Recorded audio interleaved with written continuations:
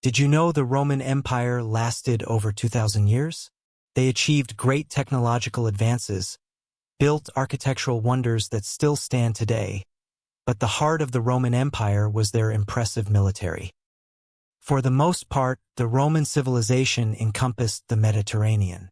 It lasted longer than 2,000 years, from the founding of Rome in 753 BC to the fall of the Eastern Roman capital of Constantinople in 1453 AD.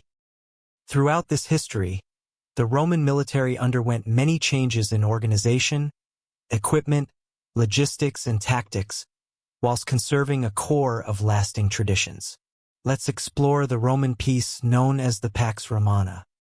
By 117 AD, the Roman Empire was at its greatest extent under Emperor Hadrian, stretching from Britain in the west all the way across to the Middle East. This success was made possible by loyal soldiers within the Roman army. There were strict criteria for recruitment. Only free men without criminal records could enlist. Two categories of Roman soldiers existed: legionaries who held Roman citizenship, and auxiliaries who did not. Upon swearing an oath of loyalty to the emperor, they would receive a viaticum, 3 gold coins or travel money. Before being enlisted in the Roman army, a legionary underwent basic training. Strong, smart, organized soldiers win wars. This involved building up physical and mental strength, essential skills for every soldier. They were disciplined and bloodshed was expected to be seen. They were taught how to march, how to swim, how to ride, how to fight, but also learned aspects of constructing camps, roads, bridges, and fortifications. Before using a real sword, a wooden sword and a dummy shield was used. Both weighed much heavier than the actual equipment. Basic training would last for months, but it was expected that training in general would continue throughout their entire career. Legionaries joined an infantry unit known as a contubernium, a group of 8 men who would eat, sleep, and march together. There were also 2 non-combatant members, servants, along with 1 pack animal to help carry the supplies. A soldier's daily diet might have largely consisted of wheat or barley, but would also have included meat, vegetables, cheese, and wine. Salt would have been used to preserve such food while also serving medical purposes. Food rations were standardized for the army to ensure food was sufficient, but food could also be collected from foraging, trading, and pillaging. The army needed its crucial nutrients. Later in history, Napoleon recognized this by saying an army runs on its stomach.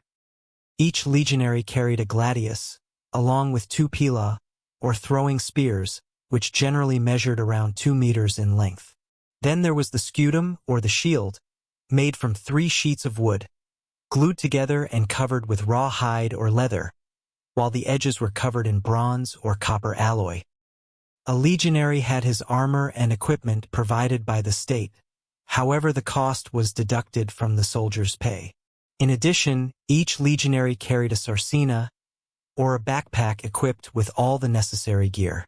The first-century historian Josephus recorded the items carried in his own time: a sword and a basket, a pickaxe and an axe, a thong of leather and a hook, with provisions for 3 days, so that a footman hath no great need of a mule to carry his burdens.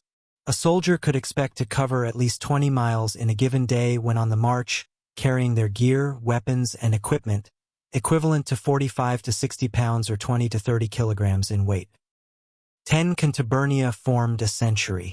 Above the average rank was the signifier, the tesorius, and the optio, and the commander of them all, the centurion. The signifier was the standard bearer for the century, but he also acted as the legionary's banker, so he was paid twice the basic wage. The tesorius was the commander of the watch.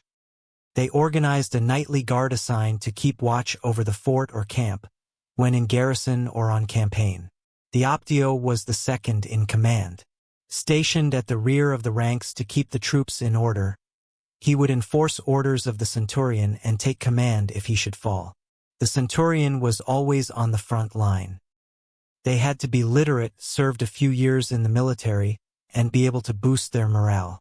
A cohort was comprised of 6 centuries each. The legion was formed by 10 cohorts, supplemented by a small cavalry detachment of 120 men.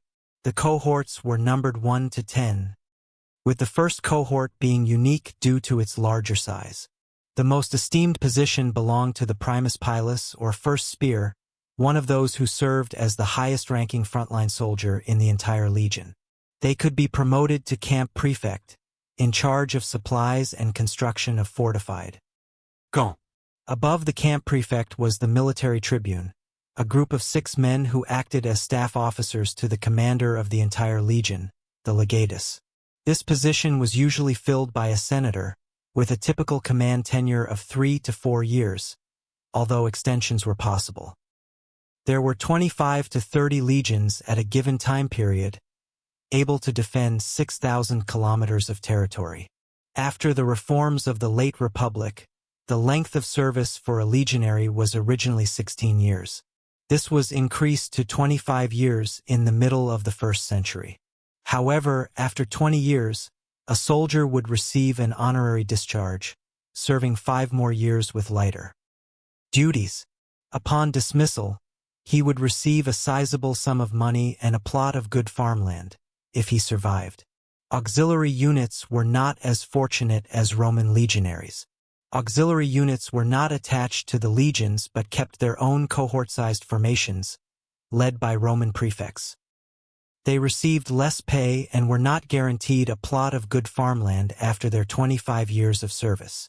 Instead, they received Roman citizenship. It not only gave them improved status but also increased legal protection and tax benefits. It was a bronze tablet stating their name, unit, and the emperor's decree for their citizenship that could be inherited by their children.